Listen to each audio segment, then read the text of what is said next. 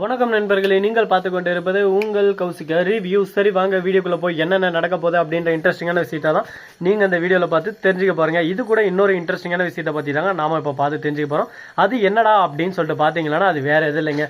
நம்ம ராஜேஸ்வரி இருக்கால, அவன் பணம் கொடுத்த நபர் இருக்கால, அவர் தானே ஒரு பக்கம் போலீஸ் அதிகாரியால கைது செய்யப்படுறாரு. கைது செய்யறதோட மட்டும் இல்லாம இப்ப அவர் ஜெயில தள்ளப்பட்டு இருக்காரு. இப்போ அவரோட லாஸ்ட் கடைசியா அவரு என்ன சொன்னாரு அப்படின்னு சொல்லிட்டு பாத்தீங்கன்னா, இந்த கேஸ் முழுக்க முழுக்க ராஜேஸ்வரி சம்பந்தப்பட்டது. இந்த கொலையிலேயே ராஜேஸ்வரி தான் சம்பந்தப்பட்டு இருக்காங்க. சுடர் மட்டும் இல்லாம ரேணுகாவை கொண்டதும் ராஜேஸ்வரி தான் அப்படின்னு சொல்லிட்டு அவன் ஒரு பக்கம் குட்டியை குழப்பறான். என்னடா சொல்ற, உனக்கு எப்படி தெரியுது அப்படின்னு சொல்லிட்டு பார்த்தா சுடர் அக்கா தான் சொன்னாங்க. அது மட்டும் இல்லாம ராஜேஸ்வரி ஃபோன் பேசின போது அதை சுடர் அக்கா வீடியோ எடுத்தாங்க. அந்த வீடியோ அதெல்லாம் இன்னும் என்கிட்ட தான் இருக்கு.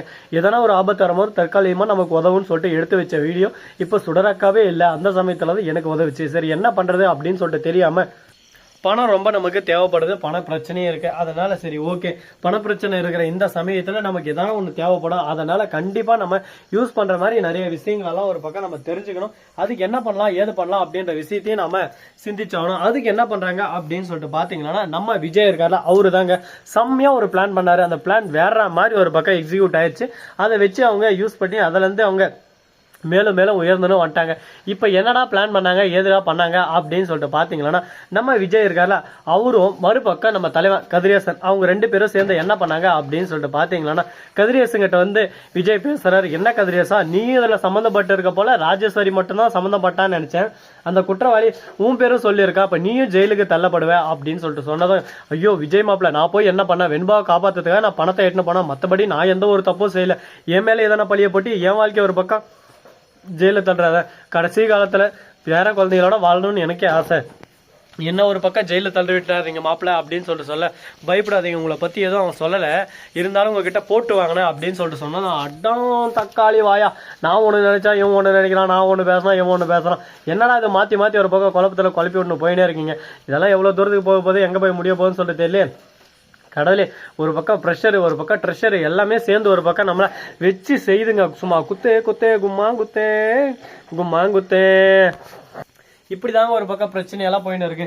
இந்த பிரச்சனையெல்லாம் ஒரு பக்கம் நாமளே வாண்டடா விலைக்கு வாங்கிட்டோம், இதுக்கு மேல ஒன்றும் பண்ண முடியாது, பிரச்சனைல சிக்கிட்டோம் அப்படின்ற மாதிரி ஒரு பக்கம் இருக்க. ராஜேஸ்வரியா ஒரு பக்கம் ஜெயில நிப்பாட்டுறாங்க. அந்த குற்றவாளி இருந்து நீங்க தான் இதெல்லாம் பண்ணது அப்படின்னு சொல்லிட்டு கை காட்டி சொல்ல, நான் எதுவும் பண்ணல, எனக்கு இதுக்கு எந்த சம்மந்தம் இல்லை, என் மேல போய் அபாண்டமான ஒரு கேஸா போடுறீங்க, இதை நான் ஏத்துக்கவே மாட்டேன், இவன் என் மேல போய் கேஸ் போடுறான் அப்படி இப்படின்னு சொல்லிட்டு ராஜேஸ்வரி ஒரு பக்கம் பர்ஃபார்மன்ஸ் பண்ண ஆரம்பிக்கிறாங்க. அம்மா அம்மா அடி ராஜேஸ்வரி, நீ யாரு என்ன எவரை எல்லாம் எங்களுக்கு தெரியுமா, எங்க கிட்ட சும்மா அந்த கம்பி கட்டுற கதை காது கொத்துற கதை இந்த வேலையெல்லாம் நீ வச்சுக்காத சரியா, நீ என்னென்ன பண்ண ஏது பண்ண அப்படின்ற விஷயம் எல்லாம் எங்களுக்கு தெரிய வந்துருச்சு. இதுக்கப்புறம் உன்னை எப்படி வச்சு செய்யணும் அதுதான் எங்களோட டார்கெட்டு. இதுக்கு மேலே நீ ஒரு பக்கம் அப்படி பண்ணலாம் இப்படி பண்ணலாம்னு சொல்லிட்டு நடிச்சேன்னா அதெல்லாம் இங்க செல்லுபடி ஆகாதுமா. அதனால இந்த கான்செப்டை இதோட விட்டுட்டு இதுக்கப்புறம் என்ன பண்ணலாம் ஏது பண்றதை பத்தி நீ யோசிக்கலாம். அதை விட்டுட்டு நான் பண்றதா ரைட்டு, நான் சொல்றதா கரெக்டு அப்படின்னு சொல்லிட்டு நீ தேவையில்லாம அதை பத்திவே ஒரு பக்கம் திரும்ப திரும்ப திரும்ப பேசிட்டு இருந்தா நான் என்ன பண்ணிட்டோம் சொல்ல பார்க்கலாம். எல்லாமே ஒரு லிமிட் வரைக்கும் தான்மா, அதுக்கப்புறம் நம்ம கிட்ட பேச்சே இல்லை, அதை தெரிஞ்சுக்கோ அப்படின்னு சொல்லிட்டு சொல்லிடுறாங்க. இப்ப என்னடா பண்றது ஏதுடா பண்றதுன்னு சொல்லிட்டு தெரியாம நிறைய குழப்பங்கள் ஒரு பக்கம் இருந்தாலும் மனசுக்குள்ள. அதே சமயத்துல மறுபக்கம் என்ன நடக்க போகுது அப்படின்னு சொல்லிட்டு பாத்தீங்கன்னா, நம்ம விஜய் மறுபக்கம் மல்லி, இவங்க ரெண்டு பேர் இருந்து இதை முற்றிலுமா ராஜேஸ்வரி தான் செஞ்சா அப்படின்றத ஆதாரத்தை நிரூபிச்சுறாங்க. உடனே அந்த இடத்துல தீபிகா ராஜேஸ்வரிக்கு ஆதரவா நிக்க, என்ன மேட்ச் என்ன ஆச்சு எதுவுமே தெரியாம டிங் டிங் டிங்னு ஓடி வந்துடுற பாத்தியா, இதுதான் முட்டையை கிட்ட பிடிச்சிருக்குது அப்படின்ற மாதிரி ஒரு பக்கம் சொல்றாங்க. என்னடா பண்றது, இது நாம ஒண்ணு நினைச்ச இது ஒண்ணு நடக்குது, கடவுள் நமக்கு விட்ட வழியை பாத்தியா, நாம ஒரு போக்கில் நம்ம பாட்டுக்கு போயிட்டு இருந்தாலும் இந்த கடவுள் நமக்கு ஒரு பக்கம் ஆப்பு மேல ஆப்பு வைக்கிறாரு. கடவுளே நீதான்பா நமக்கு எதனா ஒண்ணு பண்ணணும் அப்படின்னு சொல்லிட்டு கடவுளை வேண்டிட்டு இருக்காங்க. அது மட்டும் இல்லாம அந்த இடத்துல நம்ம தீபிகாவுக்கு எதிராக வாக்குவாதத்துல ஆரம்பிக்கிறாங்க. அவர் தான் வக்கீலாவும் இருக்காரு. என்ன தீபிகா மேடம், நீங்க சொல்றது எல்லாமே பார்த்தா மல்லி மேலே டார்கெட் வச்சிருக்கிறது போல இருக்கு, மல்லி எப்படியாவது பிடிச்சி ஜெயில அடிச்சணும் அப்படின்னு சொல்லிட்டு பார்த்துன்னு இருக்கீங்களா, உங்களோட எண்ணம் ஃபுல்லா இப்படிதான் இருக்கு போல அப்படின்னு சொல்லிட்டு கேட்டதும், என்ன பேசுறது ஏது பேசுறதுன்னு சொல்லிட்டு தெரியாம, சரி நம்ம பண்ணது தப்பு தான், இதுக்கப்புறம் இதை பத்தி நம்ம பேச தேவையில்ல, இதோட இதை விட்டுட்டு இதுக்கப்புறம் என்ன பண்ணலாம் ஏது பண்றதை பத்தி யோசிக்கலாம்.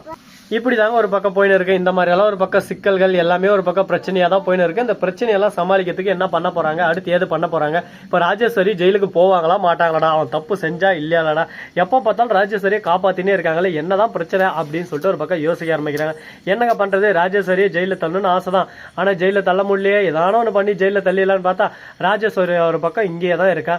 இவளை எப்படா நம்ம அடிக்கிறது, ஒருத்தர் எப்படியா அடிச்சு ஓரம் கட்டிடலான்னு பாக்குறோமா, நடக்க மாட்டேந்தே குமாரு, நடக்க மாட்டேந்தே.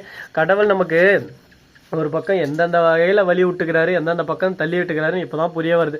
இந்த பக்கம் போனாலும் ஊமை குத்து, இந்த பக்கம் போனாலும் ஊமை குத்து, எங்கடா நான் போவேன், எந்த பக்கம் போனாலும் அடி அடி நீ அடிச்சுனே இருக்கீங்களாடா அப்படின்னு சொல்லிட்டு நாம் ஒரு பக்கம் கேட்டாலும் நடக்கிறதாம்பா நடக்காது, நாங்கள் என்ன பண்ணட்டுங்க சொல்லுங்க பார்க்கலாம் அப்படின்ற மாதிரி ஒரு பக்கம் நிறைய விஷயங்கள்லாம் இது ஏதோ சொல்லிட்டு போகிறாங்க. அதை பற்றி நம்மளுக்கு கவலை இல்லை.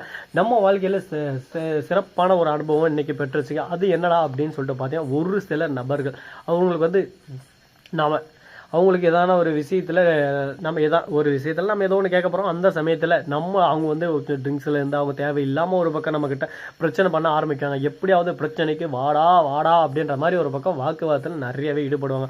ஆனால் எந்த அளவுக்கு ஒரு பக்கம் வாக்குவாதத்தில் வந்தாலும் அந்த இடத்துல நாம் எந்த அளவுக்கு ஒரு பக்கம் சைலண்ட்டாக மௌனத்தோடு இருக்கணும், அந்த அளவுக்கு ஒரு பக்கம் மௌனம் சிறந்த ஒரு ஆயுதம் சொல்லிட்டு சொல்லுவாங்க. அது இன்றைக்கி என் வாழ்க்கையில் கண்டிப்பாக நடந்துச்சுங்க. நான் கோபப்பட்டு இருந்தால் அந்த இடத்துல ஒரு பக்கம் பிரச்சனையாக இருக்கும், அவங்க ஒரு பக்கம் அடிச்சிருப்பாங்க, நாம் ஒரு பக்கம் அந்த இடத்துல என்ன பேசுறதுன்னு சொல்லிட்டு தெரியாமல் சைலண்டாக மௌனமே சிறந்தது அப்படின்னு சொல்லிட்டு தப்பே இல்லைனாலும் தப்பு நம்மளுன்னு சொல்லிட்டு நம்ம அமைதியாக இருந்தோம்னா அந்த பிரச்சனை அரை மணி நேரத்துக்கு நீடிக்கும். அதுக்கப்புறம் அவங்களே ஒரு பக்கம் இவனாச்சு நான் பண்ண போகிறேன் சப்பா பையன்னு சொல்லிட்டு சைலண்டாக விட்டுருவாங்க. அதோட அந்த பிரச்சனை தீர்ந்துடும், யாருக்கும் எந்த ஒரு பாதிப்பும் இருக்காது. இதுதான் ஒரு நல்ல முடிவு. எந்த ஒரு பிரச்சனை வந்தாலும் மௌனத்தை கடைப்பிடிங்க, அது மிகப்பெரிய ஒரு ஆயுதமாக இருக்கும் அப்படின்றத இன்றைக்கி நான் தெரிஞ்சுக்கிட்டேன். அந்த அனுபவத்தை உங்களுக்கு ஷேர் பண்ணுறேன்.